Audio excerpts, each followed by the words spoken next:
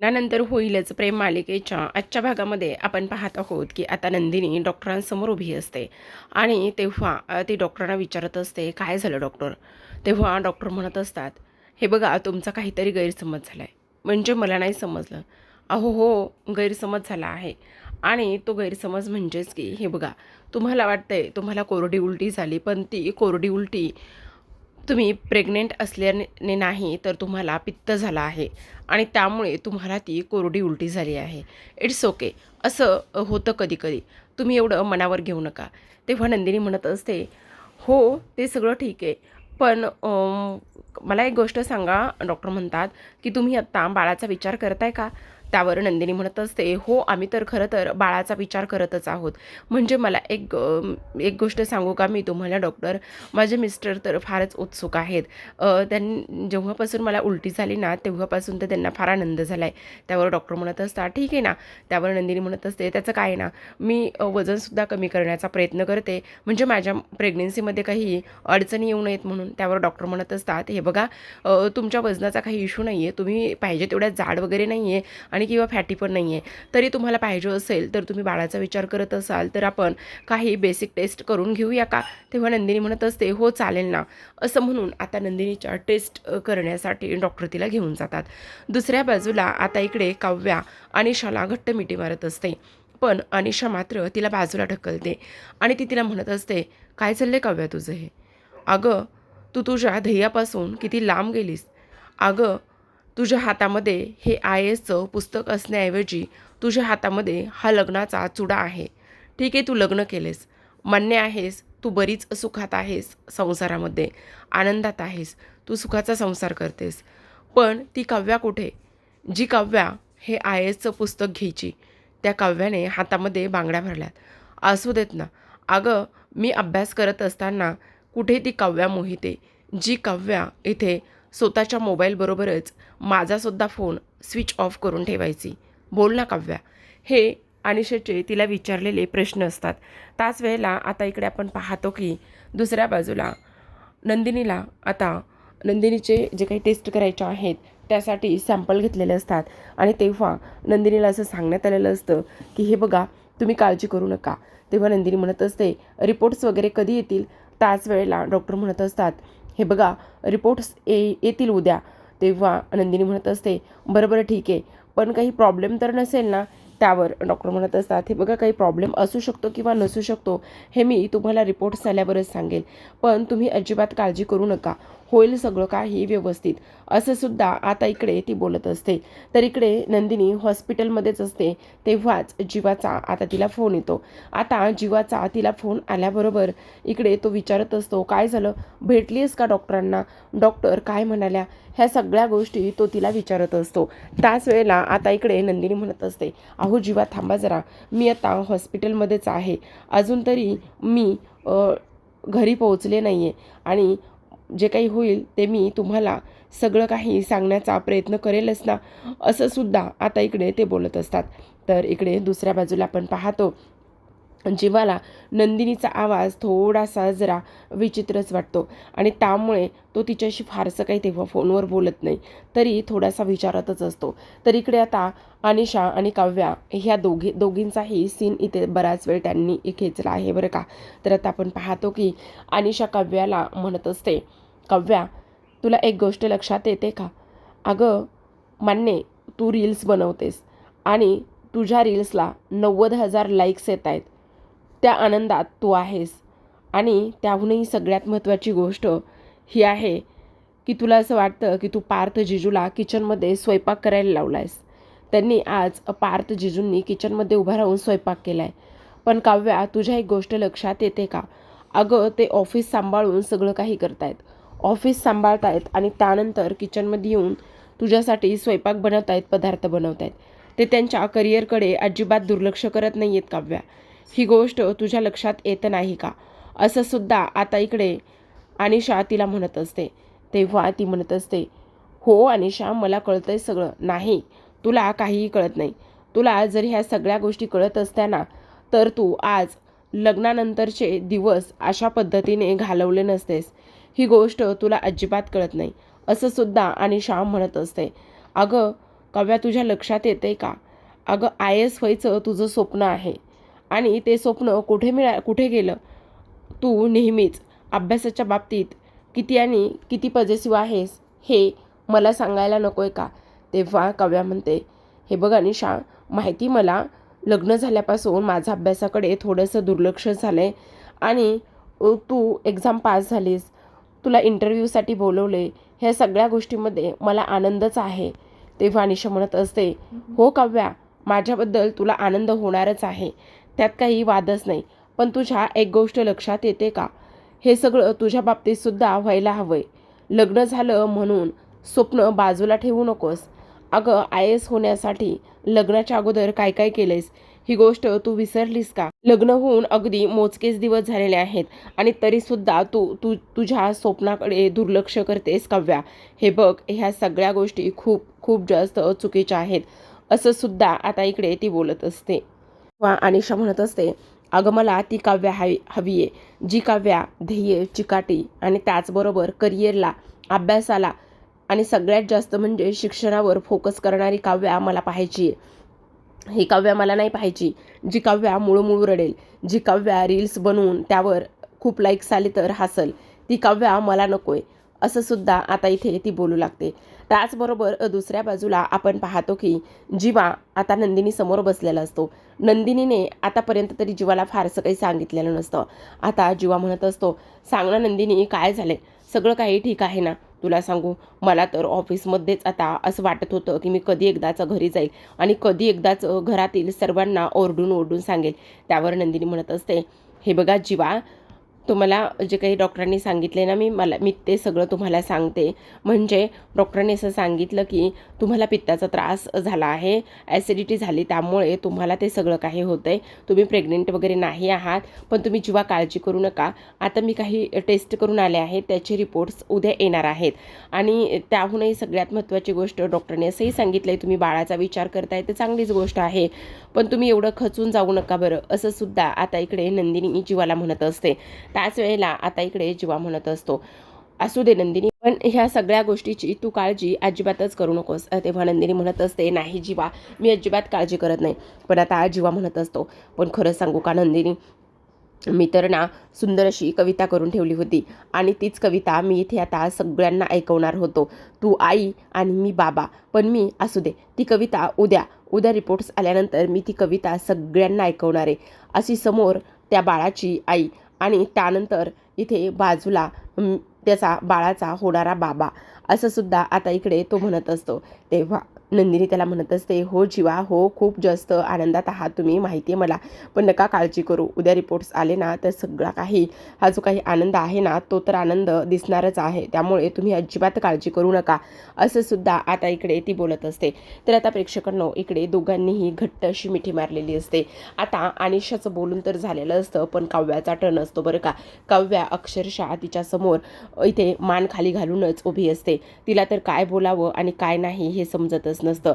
पण तरीसुद्धा आता अनिशा म्हणत असते, हे बघ काव्या, मला माहिती आहे मी तुझ्या ह्या सगळ्या गोष्टीबद्दल खूप जरा जास्तच बोलली आहे, त्याबद्दल सॉरी बरं का.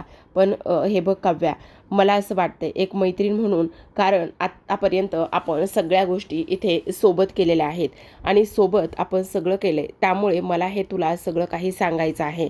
मग काव्या, मला एक गोष्ट सांग, तुझ्या लक्षात येते का, हे UPSCचं बुक आहे आणि ह्या बुकवर आपण हे बुक पाहून किती आणि कसे स्वप्न रंगवलेले आहेत, ही गोष्ट तुझ्या लक्षात येते का? त्याच वेळेला आता काव्या म्हणत असते, हो अनिशा, येतंय माझ्या लक्षात, तू नको काळजी करूस, मी ह्या सगळ्या गोष्टी नक्कीच व्यवस्थित करण्याचा प्रयत्न करेल, असं सुद्धा तिचं आता इकडे म्हणणं असतं. दुसऱ्या बाजूला आपण पाहतो की आता नंदिनी बाहेर असते. त्याच वेळेला त्या दिवशी भेटलेल्या त्या स्त्री तिला भेटतात आणि भेटल्यानंतर त्या म्हणत असतात, अगं बाई, तू तीच ना. त्यावर नंदिनी म्हणत असते, हो, तुम्हीसुद्धा त्याच आहात ना? हो हो, मी तीच तीच चिंबोरीवाली. अच्छा अच्छा. काय गं, बरी आहेस ना तू? हो मी बरी आहे. तुम्ही कशा आहात? हो मी सुद्धा बरी आहे. तेव्हा त्यांच्या हातातली फाईल खाली पडते. त्यावर नंदिनी धावतच येते आणि म्हणत असते, थांबा थांबा, नका तुम्ही खाली वाकू, मी देते तुम्हाला ती फाईल. असं म्हणून आता नंदिनी ती खाली पडलेली फाईल लगेचच त्यांच्या हातामध्ये देत असते आणि नंदिनी ती फाईल त्यांच्या हातामध्ये दिल्यानंतर त्या म्हणत असतात, काय गं, काय झालं, दाखवलंस का तू डॉक्टरला? काय म्हणाले तुला डॉक्टर? असं म्हटल्यानंतर नंदिनी म्हणत असते, हो हो दाखवलं ना. मग काय, कितवा महिना आहे चालू तुला? त्यावर नंदिनी म्हणत असते, त्याच्यासाठीच तर मी इथे हॉस्पिटलला आलेली आहे ना. तेच आता डॉक्टर सांगणार आहेत, आणखी माहिती नाही आहे. तेव्हा त्या म्हणत असतात, तरीच तर म्हटलं तू एवढी कशी पटापटा खाली वागतेस म्हणून. असू देत, पण नको काळजी करू, तुझ्या बाबतीतसुद्धा सगळं काही व्यवस्थितच होईल. आता नंदिनीला सांगण्यात आलेलं असतं आणि काही टेस्ट करायला आले होते आणि टेस्ट केल्यानंतर मला काही रिपोर्टसुद्धा आज मिळणार होते, म्हणूनच मी इथे हॉस्पिटलमध्ये आले होते. अच्छा असं आहे का? बरं बरं बरं बरं, ठीक आहे ठीक आहे, तू अजिबात काळजी करू नकोस, सगळं काही व्यवस्थित होईल. तेव्हाच आता इकडे पुन्हा तिला जीवाचा कॉल आलेला असतो. जीवा तिच्याशी बोलत असतो आणि म्हणत असतो, काय झालं नंदिनी, सांगणार आहेस का?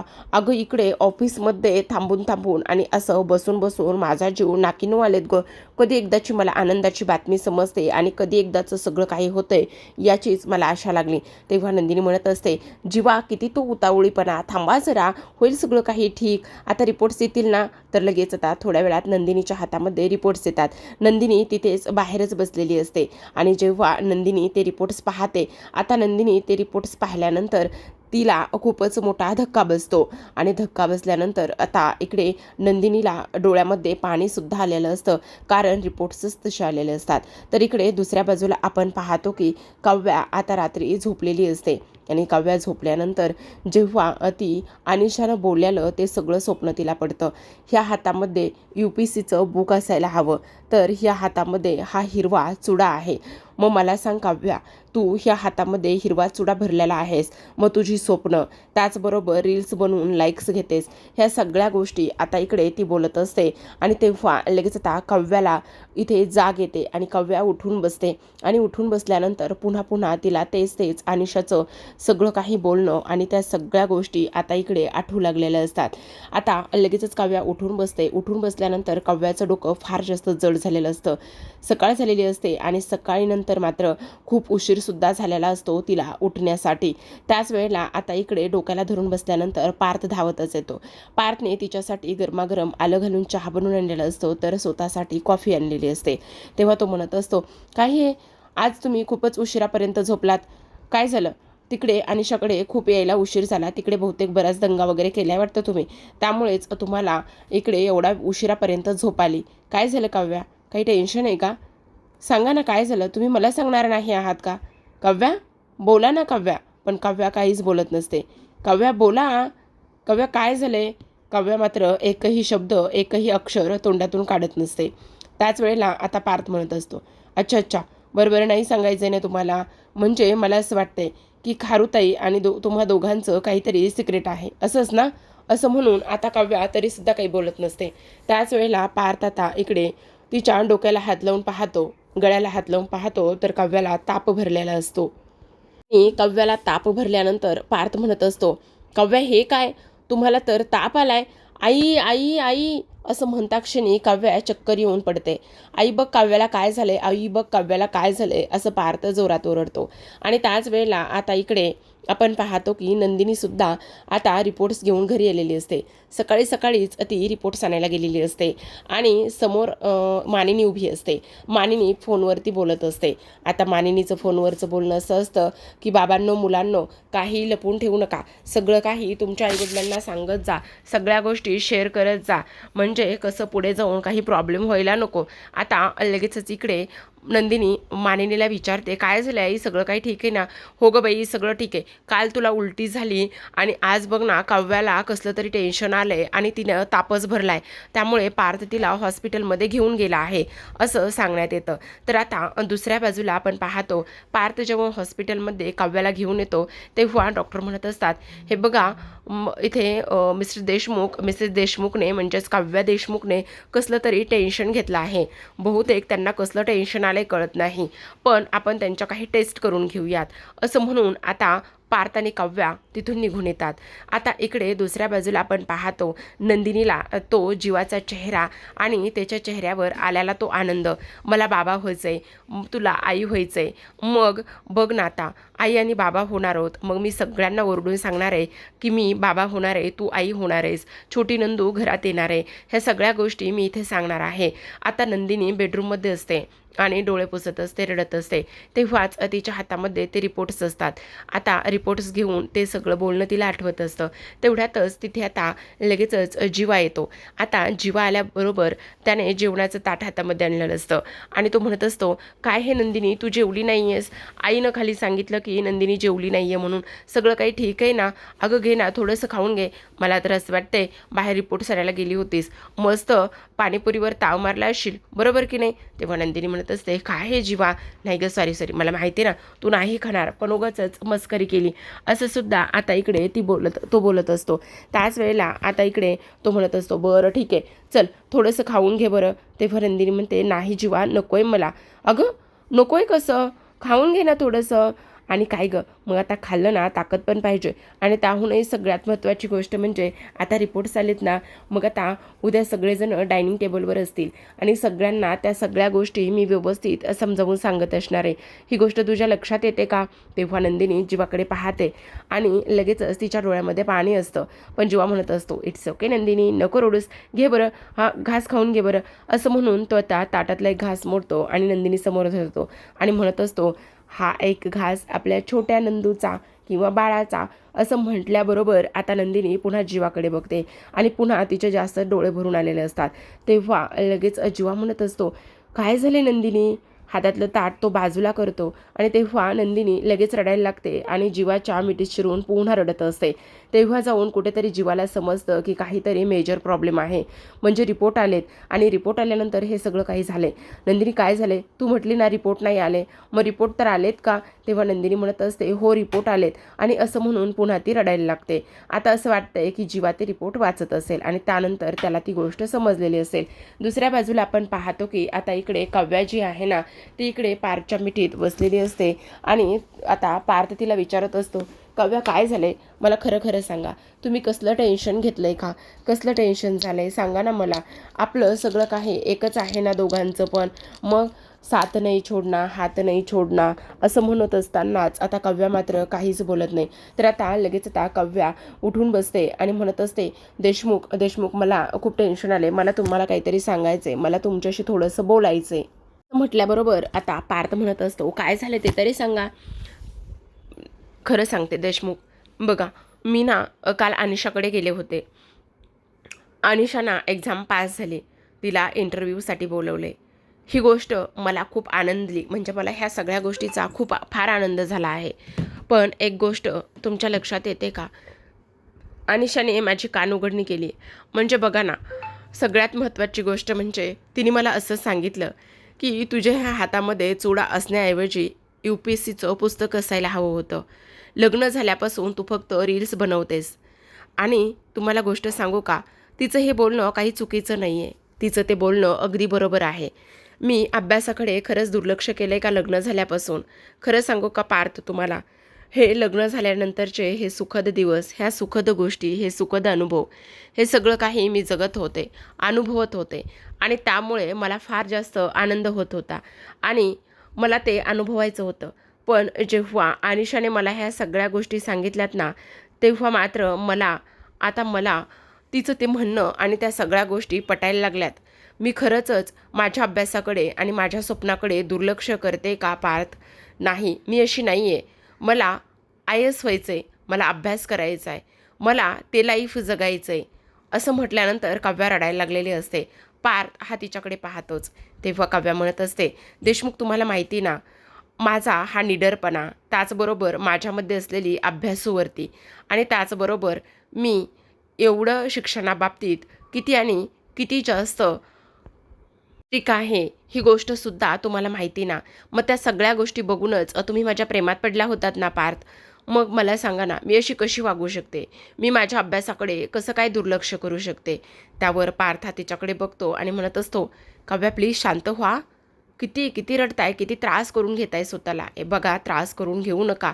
तेव्हा काव्या म्हणत असते, नाही देशमुख नाही, लग्न झाल्यापासून झालं आहे हे सगळं. मला माहिती आहे लग्न झाल्यापासून ह्या सगळ्या गोष्टी झाल्यात आणि त्यानंतर मला अभ्याससुद्धा करायचा होता. पण मी ह्या लग्नाच्या ह्या सगळ्या गोष्टीमध्ये एवढी वाहवत गेले आणि एवढं सगळं झालं आहे की अनिशा बोललेलं आज मला सगळं काही पटायला लागलं आहे. तर आता प्रेक्षकांनो, आजच्या भागामध्ये एवढंच. उद्याचा भाग फार इंटरेस्टिंग असणार आहे. उद्याच्या भागामध्ये आपण पाहतो की आता सरते शेवटी दुसऱ्या दिवशी जे काही रिपोर्ट्स आहेत त्या रिपोर्ट्सबद्दल इकडे नंदिनीने मानिनीला सुद्धा सांगण्याचा प्रयत्न केलेला असतो आणि ती म्हणत असते, माझ्याच बाबतीत असं का बरं झालं आहे, ह्या सगळ्या गोष्टी माझ्या बाबतीत नको व्हायला होत्या, असं सुद्धा आता इकडे ती बोलत असते. त्याच वेळेला मानिनी म्हणत असते, अगं नंदिनी इट्स ओके, नको काळजी करूस, आता तर सुरुवात झाली ना, होईल सगळं काही व्यवस्थित. तर दुसऱ्या बाजूला बेल वाजलेली असते. आता बेल वाजल्याबरोबर आपण पाहतो की इकडे कोण आलं असेल म्हणून सगळेजण तिकडे दरवाजा उघडायला जातात. आता खरं तर काव्या गेलेली असते आणि काव्या दरवाजा उघडायला गेल्याबरोबर पार्थ आलेला असतो. आता पार्थने आलेल्या काव्याला लगेचच हातावर उचलून घेतलेलं असतो आणि तो म्हणत असतो, अरे हत्तीवरून पेढे वाटा रे पेढे वाटा, माझी बायको आई होणार आहे. कारण काल दवाखान्यात नेलेल्या काव्याला इकडे चेक केल्यानंतर रिपोर्ट्स आलेले असतात आणि आता ती प्रेग्नेंट असते आणि त्यामुळे ती आई होणार आहे रिपोर्ट्सनुसार. आणि तेव्हा इथे पार्थ फार आनंदात असतो. एका बाजूला नंदिनीला बाळ न होण्याचे चान्सेस आणि त्याचबरोबर दुसऱ्या बाजूला काव्याची प्रेग्नेन्सी. आता सगळ्यांना आनंद होतो, पण नंदिनी आणि जीवा आहे त्याच ठिकाणी धक्का लागल्यागतच हे सगळं काही ऐकून उभा राहिलेले असतात. तर प्रेक्षकांनो, अशाच नवनवीन मालिकांचे अपडेट्स आणि त्याचबरोबर रिव्ह्यू जाणून घ्यायचे असतील, पाहायचे असतील तर नक्की चॅनलला सबस्क्राईब करा. भेटूयात उद्याच्या भागामध्ये. तोपर्यंत पाहत राहा, लग्नानंतर होईलच प्रेम.